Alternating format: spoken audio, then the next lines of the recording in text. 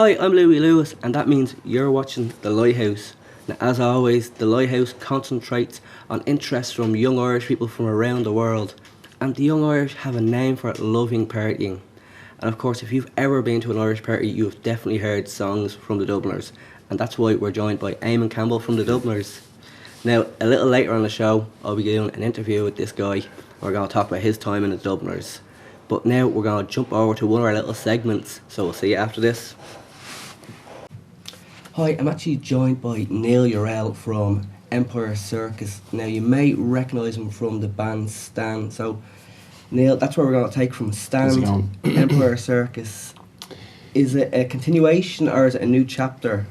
Bit of a new chapter, really. When we moved home from the States in 2007, because we were there for a long time, we were there for about 7 years, so we decided to take a break because our drummer, Carl Dowling, decided to stay on in the US, and we kind of just drifted apart after the last album, really, and kind of, decided to take a break for a while, and that was it, really. Like, after about a year and a half, we started getting itchy feet and started wanting to do something, writing songs.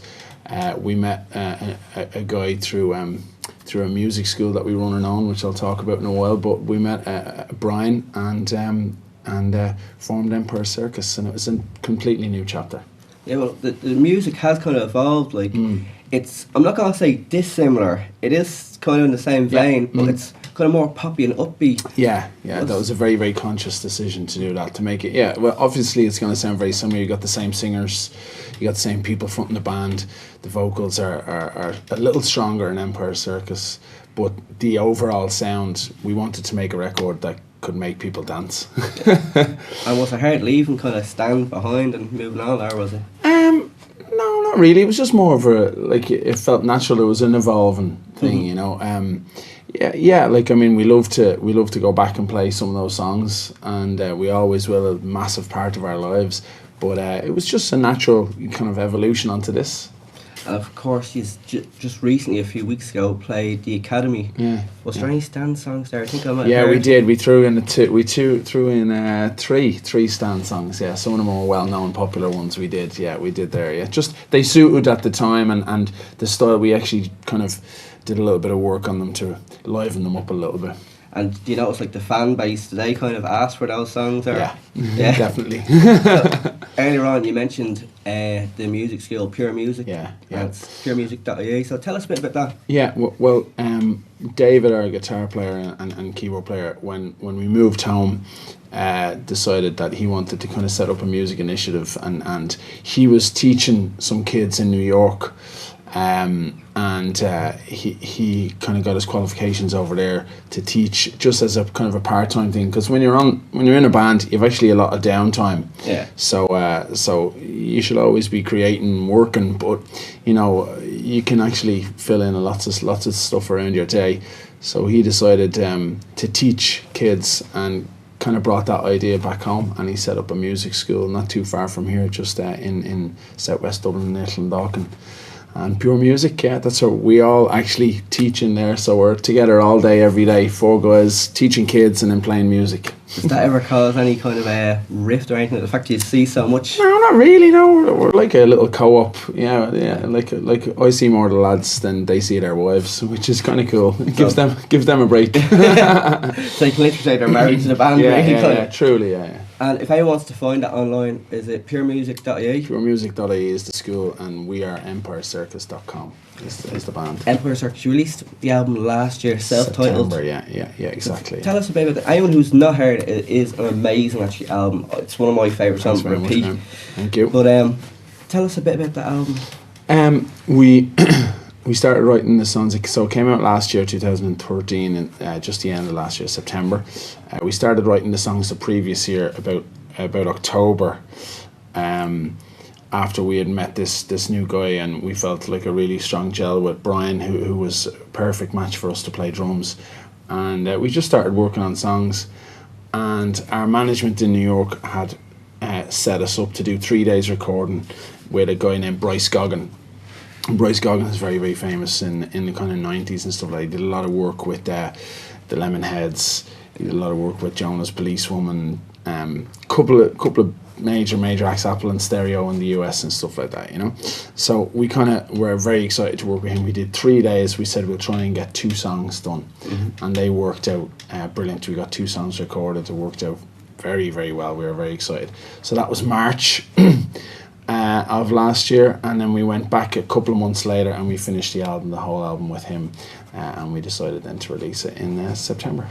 Oh, cool. Yeah, it was cool. It was great. It was really, really lots of fun, you know. He's a great guy. We're actually looking to do a new EP with him now later this year.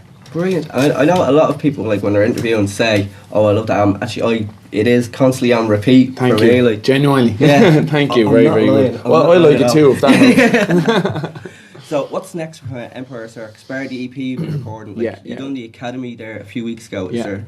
Yeah, other we're gigs? just doing more dates around the country. You can check them out online. We're doing a Tala gig in the Cuckoo's Nest in July. There's a small venue at the side of that there called the Wicked Chicken. So we're doing July 19th in there. That's the next time we're in Dublin. But we're doing some dates around the country and a couple of the festival things, and just working away on bits and pieces. That's it, you know. Like, I mean, keeping the head down and working hard and trying to make good music. That's the key. That's the key. Listen, Neil, thanks for coming in. And of course, that is Neil from Empire Circus. Thanks very much for having us. If you're in Dublin, definitely go to that gig, check it out. If not, go online, find out where they're playing. You will not regret it, honestly.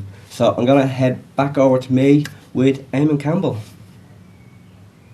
Welcome back to the Lighthouse. That was a great little segment, and as I said earlier on in the show, I'll be talking to Eamonn Campbell. So Eamonn, good to have you here. It's a pleasure. Thank you very much. My pleasure. My pleasure. So let's start off. You didn't start originally with the Dubliners. No, I come up through rock and roll, Elvis Presley and all that. So we'll jump back to, it was Dermot O'Brien And the Clubmen. and the Clubmen. Yeah. So tell us about the bridge from them to the Dubliners. Well, Dermot O'Brien, the Clubmen, had a big hit with a song called The Merry Playboy. And this manager of the Dubliners had got an idea. If Dermot O'Brien, the Clubmen, and the Dubliners did a concert tour of England, which was unheard of in those days for show bands or folk groups to do, especially Irish ones. So we did it, and it was very successful.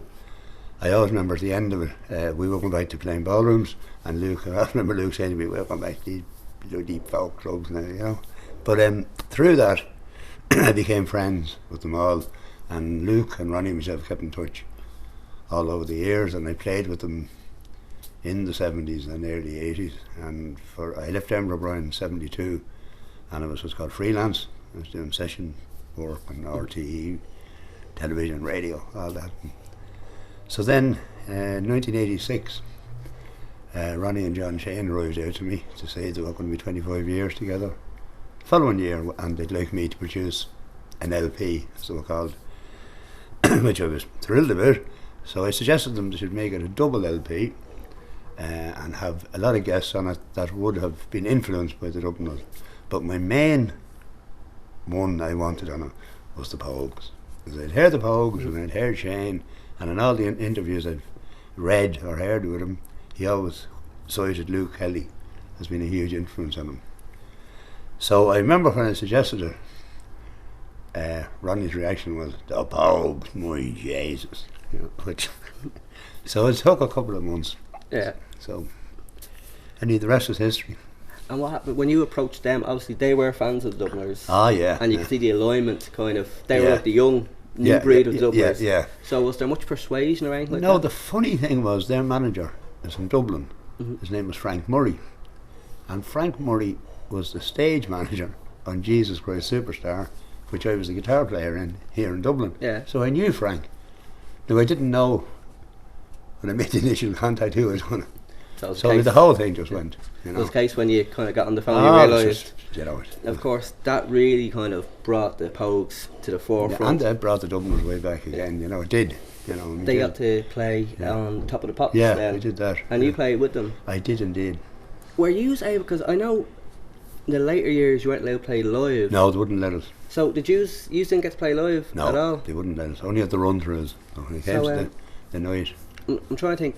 Was it the Talking Heads played that night? No, with it yous? was a fine young Hamlet. But did they not gather around when you were playing? I think haven't there's a a clue. story. It was not a story that you played the rehearsal. The live. rehearsals were Yeah. great. Yeah, everybody came out.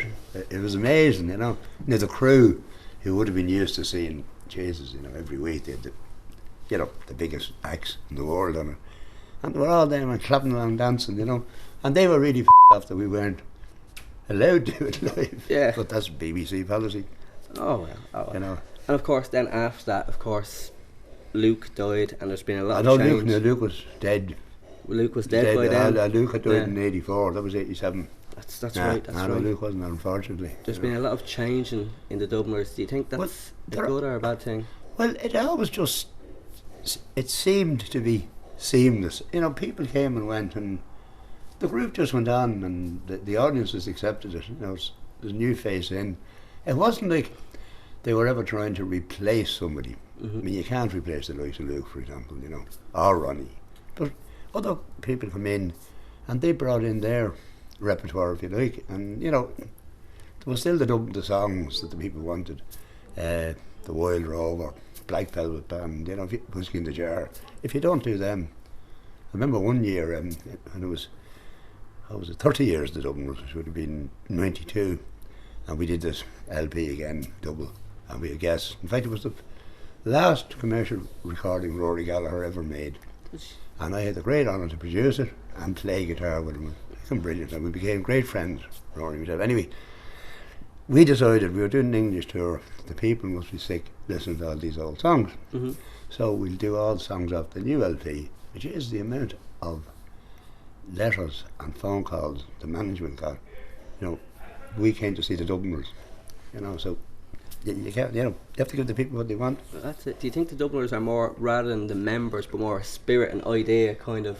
Yeah, That's I what- think. Yeah, you know, there was something. Maybe it's the way we looked. I don't know. I kind of grabbed, especially on the continent, grabbed their imagination. You know, we looked like as Ronnie used to say, we looked like the fella that held the boss. Oh, beep beep. Don't worry, that's beeped already. We do apologise for any blue language on the show today. You are known worldwide, aren't you? Ah, yeah, and other places. And it's also one thing about the Dubliners which always struck me, and it really hit home, I think 2 years ago. It's not just of people of a certain age, it's actually from a young age, from old. Like, yeah. you played, I think it was the Terranure That's concert. right. Was it 3 years ago? Was Well, it? it was. I know it was 150, the 150th anniversary. Now I Yeah. can't remember. It was, 3 or 4 years ago. I mean, the reaction of they were all kids. Yeah, well, you the know. Coronas were playing that. Yeah, that's right. And of course, I think you're friends with the Coronas, aren't Yeah, you? well, I know that what's Danny? Yeah. Mary Black Joe, O'Reilly's son. Yeah. But when yous came on, the Coronas got one applause, but when yous came on, it kind of the whole place exploded. It was amazing. Can you explain that? No. What, is it just the songs, or is it? I don't know. I really nobody can. Because last year, see, we had to change the name and all that. But last year on the Dutch tour, like 75% of the audience were from 35 to 18. You know, which I mean, it's great for us. It's a whole new generation. You know, but there's no. I don't know whether they're getting fed up with all synthesized music and I mean, I have 2 daughters at home, and that, you know, Yeah. I hear all this. There's some great acts, you know, Mumford and Son. I think they are fucking incredible. You know, the version of the Boxer is brilliant. But anyway, there's a lot. You know, a lot of techno Yeah. music and all that. It's And I kind of think young people are just getting maybe a bit stuff to actually come and see 4 or 5 guys on stage with just, you know, acoustic instruments. Yeah. Okay, they're electrified up to it, amplified up to a certain extent. But basically what they're saying is what they're getting. You know, there's no gimmicks. yeah, but it's real music as well, and Yeah. there's nothing. They're not hiding behind. Oh anything, no, like, it isn't. No, I mean, I'm not accusing you of hiding no, behind. do you know what I mean? Yeah. No, I agree with you. You know, that's And of course, the Dubliners did celebrate 50 50 years. years, and then Per Barney died in the beginning of it. you know, which was a terrible loss, terrible shock. You know, but so life goes on. Was it much of it, or was there a signpost kind of coming? No, he hadn't. I'd say he hadn't been well. He suffered from diabetes, and he had a few what's called minor strokes some years back. But he was great. He suddenly there was never any mention of a problem with his heart. Yeah. And he just finishing breakfast, seemingly in his house, and I mean, he just gone. There was no warning, you know. one thing about the Dubliners, even looking back and the past members, it seems that they all kind of played to the end. Ah, yeah. Yeah, which seems to be almost becoming a legacy in itself of kind of before they go, they'll have at least one last song. Don't give up till it's over. Yeah, that's it. So in December, yous are going to be playing in Vicar Street, the 28th of December, folks. And tickets are on sale now. They are indeed, yeah. So it's a good Christmas present. It's a very good Christmas present. I'm actually looking for a ticket, so you're on the list. if my girlfriend's looking, you know what to get me. But Eamonn, listen, thanks for coming in for the show. Pleasure. A great always pleasure pleasure indeed. talking to you. So for now, this has been the Lighthouse, and I've been Lewie Lewis.